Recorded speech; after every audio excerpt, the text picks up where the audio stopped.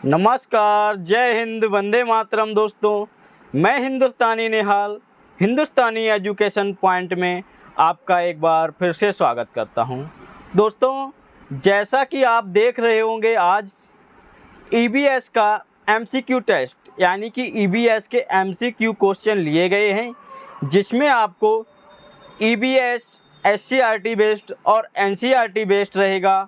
और दोस्तों, ये सीटेट की पेडागोजी के भी कुछ क्वेश्चन हैं और ये क्वेश्चन आपके बिहार शिक्षक भर्ती, सीटेट के लिए, यूपी टेट के लिए, केबीएस के लिए, DSSB के लिए, राजस्थान टेट के लिए, एमपी टेट के लिए, सभी के लिए महत्वपूर्ण रहेंगे। तो दोस्तों, वीडियो को एंड तक देखें और अगर आप हमारे चैनल पर नए हैं, आप तक वीडियो जा रही है, तो चैनल को सब्सक्राइब कर वीडियो को लाइक एंड शेयर करें और हिंदुस्तानी एजुकेशन पॉइंट का हिस्सा बने।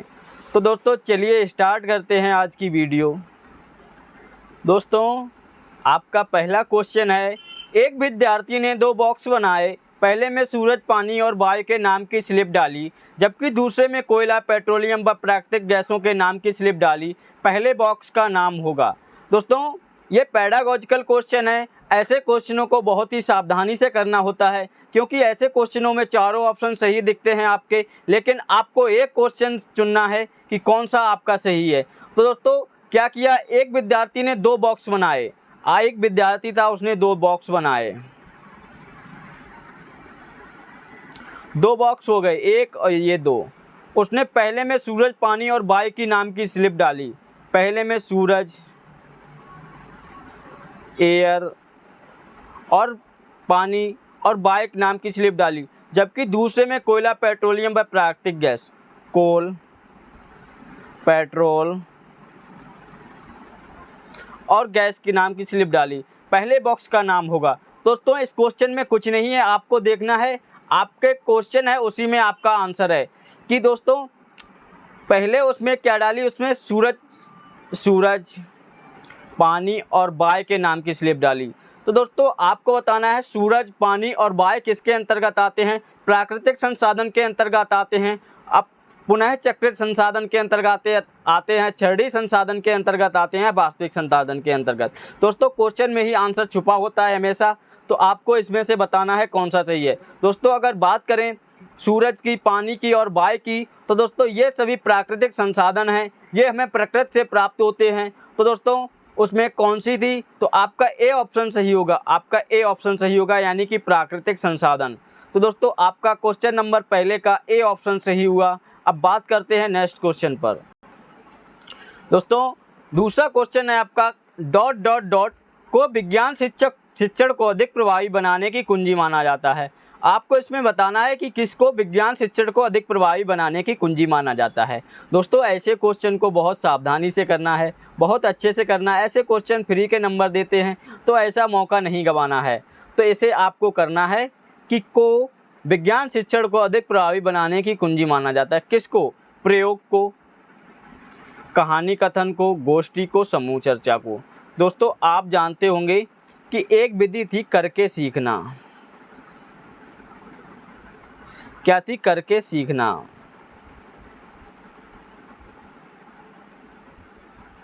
दोस्तों, करके सीखने का मतलब होता है कि जब हम कुछ अपने आप से करते हैं, सीखते हैं, तो करके सीखा हुआ ज्ञान क्या होता है, स्थायी होता है। तो दोस्तों, करके सीखा हुआ ज्ञान अधिक स्थायी होता है। तो दोस्तों, कहानी कथन, अगर बात क्या है, विज्ञान, ये मेन पॉइंट है आपका, यहाँ से क्वेश्चन को पकड़ना है। विज्ञान शिक्षण को, विज्ञान का शिक्षण हो रहा है, तो दोस्तों उसमें अगर हिंदी की बात होती, तो हिंदी में दोस्तों हिंदी शिक्षण हो रहा था, तो उसमें क्या करते, कहानी कथन कहते या समूह चर्चा।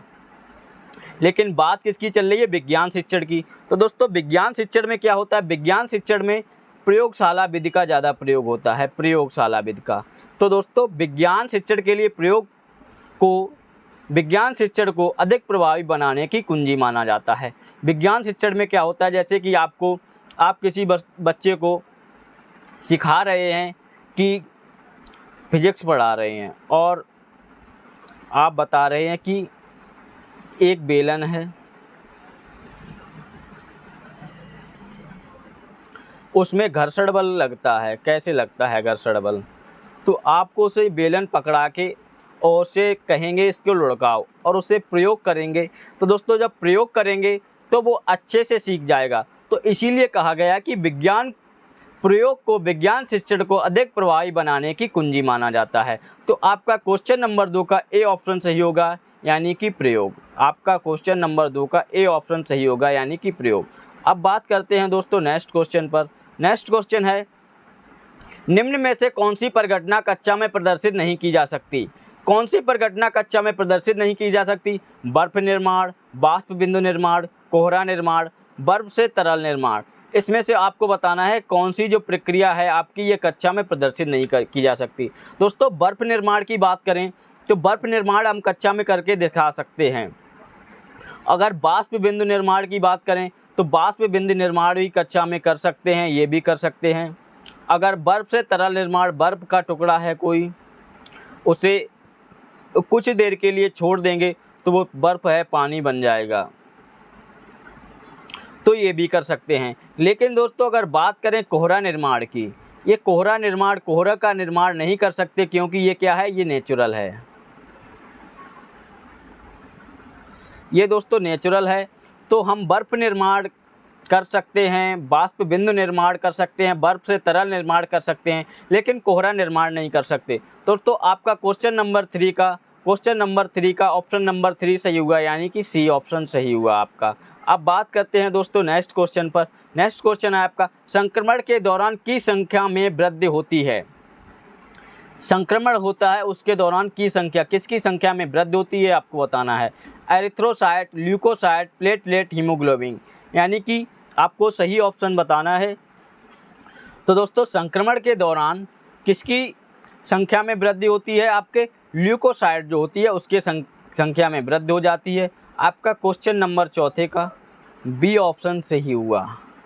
बात करते हैं नेक्स्ट क्वेश्चन पर। समय ज़्यादा नहीं लेंगे, कम समय में ज़्यादा क्वेश्चन सॉल्व करने का प्रयास करेंगे। और हिंदुस्तानी एजुकेशन पॉइंट को अभी तक सब्सक्राइब नहीं किया है तो सब्सक्राइब जरूर करें। पृथ्वी पर माउंट एवरेस्ट सबसे ऊंची पर्वत चोटी है, यह समुद्र तल से ऊंचाई पर है। डॉट है, इसमें समुद्र तल से ऊंचाई भरनी है। 8,848 मीटर की, 18,888 मीटर की, 8,000 मीटर की, 848 मीटर की। दोस्तों आप सभी जानते होंगे कि कोई भी ऊंचाई हो वो पृथ्वी पर माउंट एवरेस्ट से सबसे ऊंची चोटी है, समुद्र तल से मापी जाती है कोई भी ऊंचाई। तो दोस्तों अगर पृथ्वी पर माउंट एवरेस्ट की सबसे ऊंची पर्वत चोटी की बात करें तो दोस्तों पर्वत चोटी की ऊंचाई कितनी है? 8,848 मीटर। ये जरूर देखना है मीटर में है, सेंटीमीटर में है, घन मीटर में है। 8,848 आपकी मीटर में है ये। तो दोस्तों पृथ्वी पर माउंट एवरेस्ट की सबसे ऊंची पर्वत चोटी की ऊंचाई यह समुद्र तल से मापी जाती है, तो कितनी है? 8,848। आपका ए ऑप्शन सही हुआ। अगर बात करें दोस्तों माउंट एवरेस्ट की, अब इसकी ऊंचाई बढ़ रही है, यानी कि 8,849 हो गई है,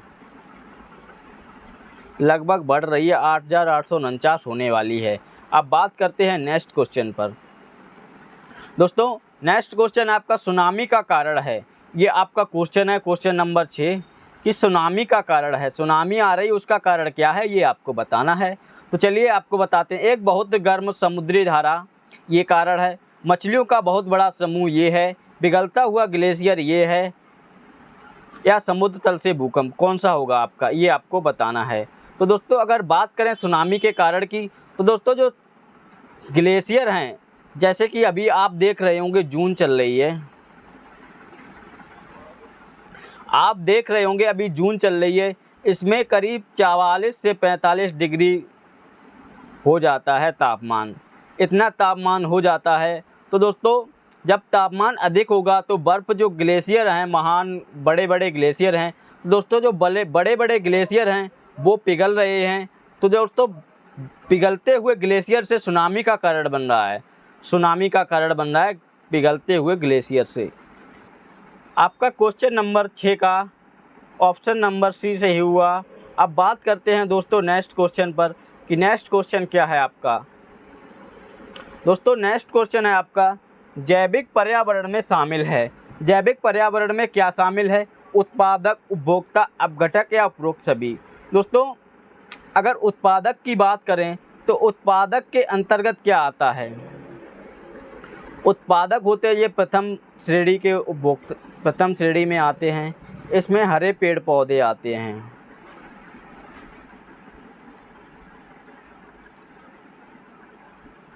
ये अपना भोजन स्वयं बनाते हैं। उत्पादक के अंतर्गत ये आते हैं। दोस्तों अगर बात करें उपभोक्ता की तो उपभोक्ता 3 प्रकार के होते हैं, प्राथमिक उपभोक्ता, द्वितीयक उपभोक्ता, तृतीयक उपभोक्ता। दोस्तों अपघटक की बात करें तो अपघटक दोस्तों कैसे कहते हैं? अपघटक कहते हैं स्क्वेंजर,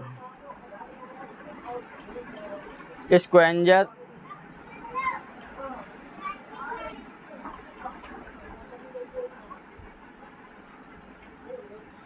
स्क्वेंजर या अपघटक दोस्तों जो सड़े गले मांस को खाते हैं, यानी कि जैसे विषाणु या वायरस, इन्हें अपघटक कहते हैं। दोस्तों जैविक पर्यावरण में बात करें तो जैविक पर्यावरण में उत्पादक भी होते हैं, उपभोक्ता भी होते हैं, अपघटक भी होते हैं, यानी कि तीनों होते हैं। तो आपका तीनों होते हैं तो उपरोक्त सभी आपका क्वेश्चन नंबर 7 का डी ऑप्शन सही हुआ आपका। अब बात करते हैं दोस्तों नेक्स्ट क्वेश्चन पर।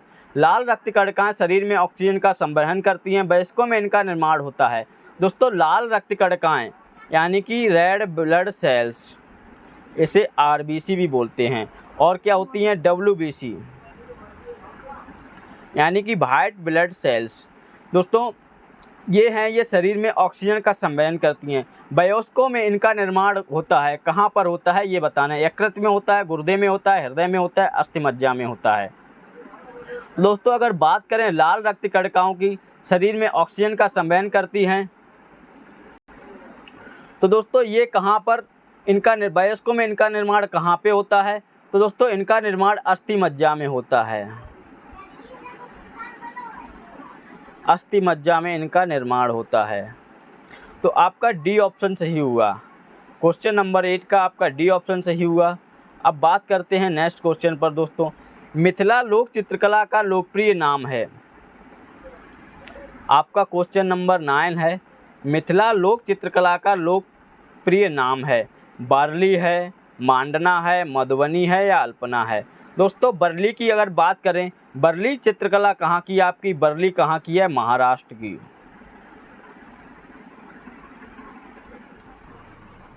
दोस्तों बर्ली चित्रकला है जो आपकी, जो बर्ली चित्रकला है वो कहाँ की है? महाराष्ट्र की। और दोस्तों आपकी पटोला होती है, एक चित्रकला होती है पटोला। जो पटोला है आपकी बुनाई है, ये कहाँ की? आपकी गुजरात की है।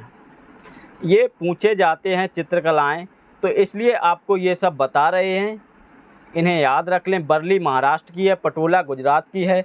और दोस्तों एक है चिकन कढ़ाई, ये सब लोग आप जानते होंगे, चिकन यानी कि लखनऊ की,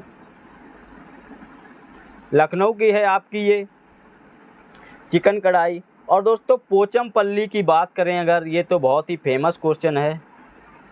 पोचमपल्ली, आपकी पोचमपल्ली की बात करें तो दोस्तों पोचमपल्ली कहाँ का है? तेलंगाना का है। और दोस्तों मधुबनी की बात करें तो मधुबनी कहाँ का है? बिहार का है। और दोस्तों आपकी अगर इसकी बात करें, किसकी? पिथौरा की, पिथौरा, आपकी पिथौरा की बात करें तो दोस्तों पिथौरा कहाँ का है? मध्य प्रदेश का है। ये क्वेश्चन आपको इसमें से, इतने जो हमने बताए हैं इसमें से आपको एक क्वेश्चन ज़रूर देखने को मिलेगा, तो इसे देखना, इसे याद कर लें, स्क्रीनशॉट ले लें। अगर नहीं है तो अपना शॉर्ट नोट्स बना लें। और दोस्तों एक है सिल्क,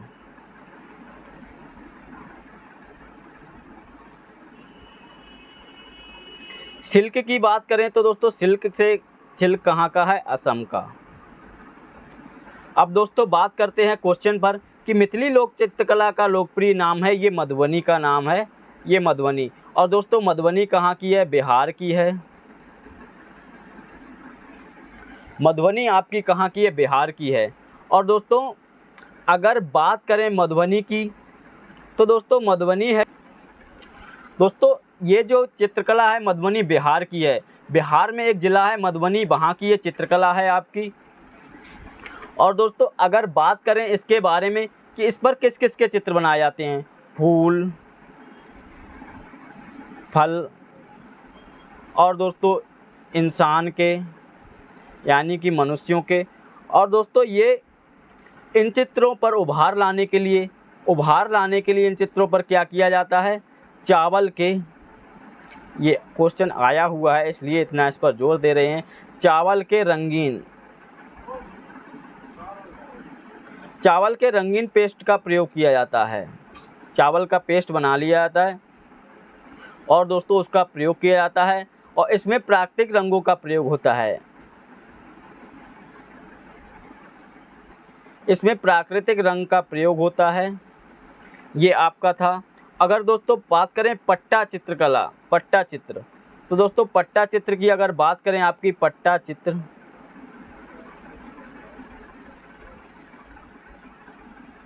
दोस्तों पट्टा चित्र की बात करें तो ये कहाँ की, आपकी उड़ीसा की है, उड़ीसा की है। और दोस्तों ये रंग बनाने में सब्जियों एवं खनिजों का प्रयोग किया जाता है। इसका रंग जो बनता है सब्जी एवं खनिज, सब्जी और खनिज का प्रयोग किया जाता है इसमें बनाने में। तो दोस्तों इतना ही था। अब बात करते हैं नेक्स्ट पर।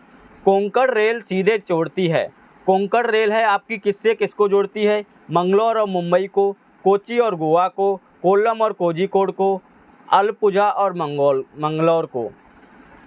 किसको जोड़ती है कोंकण रेल। दोस्तों अगर बात करें कोंकण रेल की तो ये मंगलोर और मुंबई को जोड़ती है कोंकण रेल। तो आपका क्वेश्चन नंबर 10 का ए ऑप्शन सही हुआ। आपका क्वेश्चन नंबर 10 का ए ऑप्शन सही हुआ। अब बात करते हैं नेक्स्ट क्वेश्चन पर। दोस्तों नेक्स्ट क्वेश्चन है आपका कि मादा मच्छर रक्त चूसने का कार्य क्यों करती हैं। दोस्तों महिलाएं होती हैं वो हमेशा खून पीती रहती हैं, तो इसी में यही क्वेश्चन है कि मादा मच्छर रक्त चूसने का कार्य क्यों करती हैं। मलेरिया फैलाने के लिए,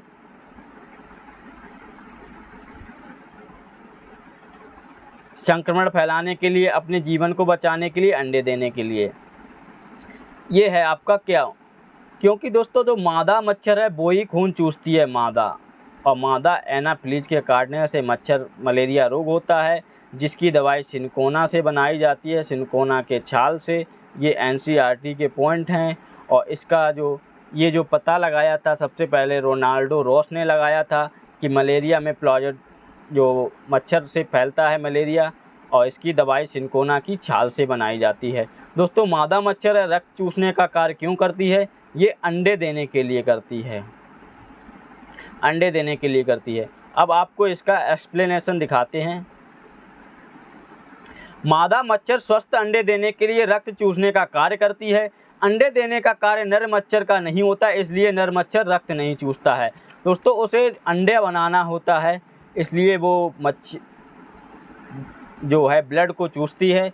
अब बात करते हैं नेक्स्ट क्वेश्चन पर। दोस्तों आपकी वीडियो ज़्यादा लंबी ना हो। पत्तियों में हरे रंगों की उपस्थिति निम्न में से किस कारण से है। दोस्तों जो पत्तियां होती हैं उनमें हरे रंग होते हैं, उनकी उपस्थिति होती है, उस किसके कारण होती है आपको बताना है। ग्लूकोज के कारण होती है, नाइट्रोजन के, क्लोरोफिल के, ऑक्सीजन के। इसमें कुछ बताने वाला क्वेश्चन नहीं है, आप सभी जानते हैं कि पत्तियों में हरे रंग की उपस्थिति किसके कारण होती है, क्लोरोफिल के कारण होती है। अब बात करते हैं नेक्स्ट क्वेश्चन पर। आपके क्वेश्चन नंबर 13 है, चांगपा जनजाति पाई जाती है। दोस्तों चांगपा जनजाति कहाँ पाई जाती है, लद्दाख में पाई जाती है, मणिपुर में, असम में, सिक्किम में। कहाँ पाई जाती है ये आपको बताना है। दोस्तों चांगपा जनजाति लद्दाख में पाई जाती है। इसके बारे में बहुत ही महत्वपूर्ण पॉइंट हैं। जो चांगपा जनजाति है ये लद्दाख में पाई जाती है, और दोस्तों ये बहुत ही ऊंची जगह पर रहते हैं जहां का तापमान 0 डिग्री सेल्सियस होता है, और दोस्तों ऐसी जगह पर रहते हैं। और दोस्तों इनके जो टेंट होते हैं उन्हें रेबो बोलते हैं, तंबू होते हैं उन्हें क्या बोलते हैं, रेबो। और दोस्तों ये स्वागत के लिए क्या बोलते हैं, झूले झूले, झूले झूले। जैसे अपने लोग बोलते हैं नमस्कार, स्वागत है आपका, वेलकम है, इसके जगह पर वो लोग बोलते हैं झूले झूले। दोस्तों चांगपा जनजाति के बारे में एक पॉइंट और है, ये दोस्तों एक खास प्रकार की बकरी रखते हैं जिससे दोस्तों पश्मीना शाल बनाई जाती है। यहाँ पर लिखते हैं पश्मीना शॉल बनाई जाती है दोस्तों। ये बकरी रखते हैं, उसके बाल से इतने महीन बाल होते हैं, उससे जो शॉल बनती है उसे पश्मीना शॉल कहते हैं। तो दोस्तों चांगपा जनजाति की बात करें, चांगपा जनजाति लद्दाख में रहती है। इसके बारे में इतने महत्वपूर्ण पॉइंट थे, आपको बताया। अब बात करते हैं नेक्स्ट क्वेश्चन पर। प्रकाश संश्लेषण प्रक्रिया में सम्मिलित गैस है। प्रकाश संश्लेषण की प्रक्रिया में कौन कौन सी गैस सम्मिलित होती हैं? ओजोन है, ऑक्सीजन है, हाइड्रोजन है या कार्बन डाइऑक्साइड है? कौन सी गैस सम्मिलित होती है प्रकाश संश्लेषण की क्रिया में? तो दोस्तों प्रकाश संश्लेषण की क्रिया में ना ओजोन होती है, ना ऑक्सीजन, ना हाइड्रोजन, कार्बन डाइऑक्साइड होती है। आपके डी ऑप्शन सही होगा। क्वेश्चन नंबर 14 का डी ऑप्शन सही होगा, क्योंकि दोस्तों प्रकाश संश्लेषण होता है तो दोस्तों पौधे कार्बन डाइऑक्साइड को अवशोषित करते हैं और ऑक्सीजन को छोड़ते हैं। अब नेक्स्ट क्वेश्चन है आपका क्वेश्चन नंबर 15। गर्म रुधिर प्रणाली का परिचय देने के लिए शिक्षक के लिए श्रेष्ठ शिक्षक सहायक सामग्री है। दोस्तों एक शिक्षक है, वो ये बताना चाहता है कि गर्म रुधिर प्रणाली का परिचय देने के लिए शिक्षक के श्रेष्ठ शिक्षक सहायक सामग्री होगी मेढक के जीवन चक्र का चार्ट, मुर्गी के जीवन चक्र का मॉडल, वास्तविक तितली, कच्चा के बाहर बैठा कुत्ता। कच्चा के बाहर बैठा कुत्ता।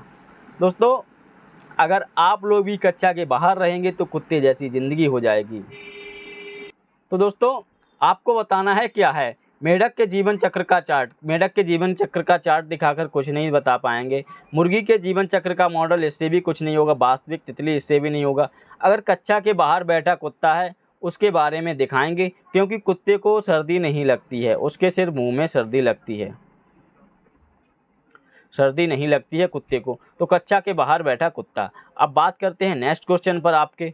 ऊर्जा संवहन के निम्नलिखित आरेख को ध्यानपूर्वक देखें। उपयुक्त आरेख के आधार पर कौन सा विकल्प सही होगा? बकरी, मनुष्य, शेर, सूरज, बकरी, मनुष्य, सूरज, बकरी, मनुष्य, सूरज, पौधा, शेर। दोस्तों ऊर्जा संवहन, आपको ये पिरामिड से क्वेश्चन है आपका कि कौन से कैसे ऊर्जा वितरित होती है। 10% का, आपको एक बात और बता दें, याद आ गई, 10% का ऊर्जा पिरामिड का 10% का नियम किसने दिया था? 10% का नियम दिया था लिंडमैन ने। 10% का जो नियम था वो लिंडमैन ने दिया था।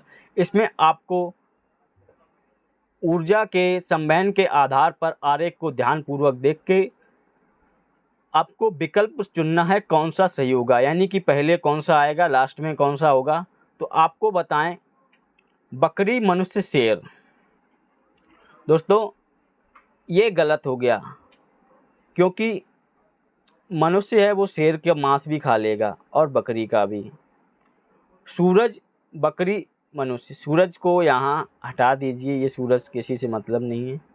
सूरज, बकरी, मनुष्य।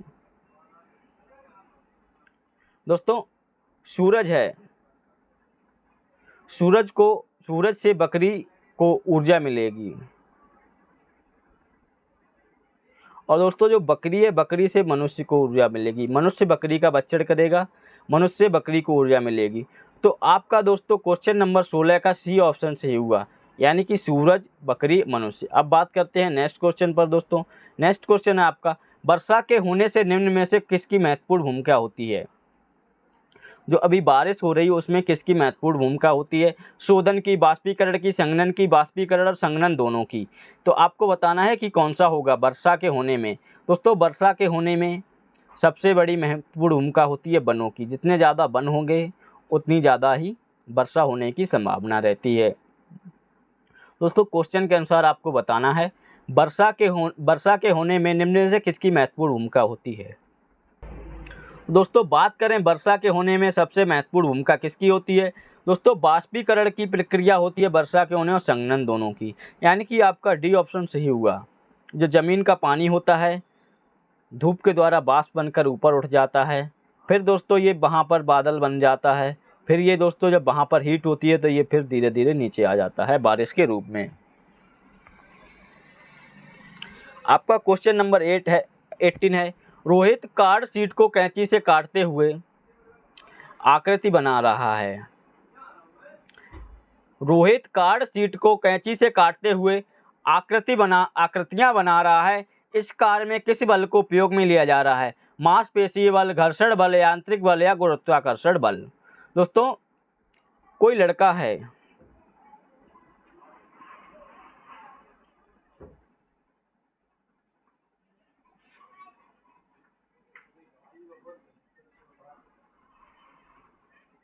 वो कैंची चला रहा है, तो दोस्तों वो कैंची किससे चलाएगा? वो कैंची चलाएगा उंगलियों से।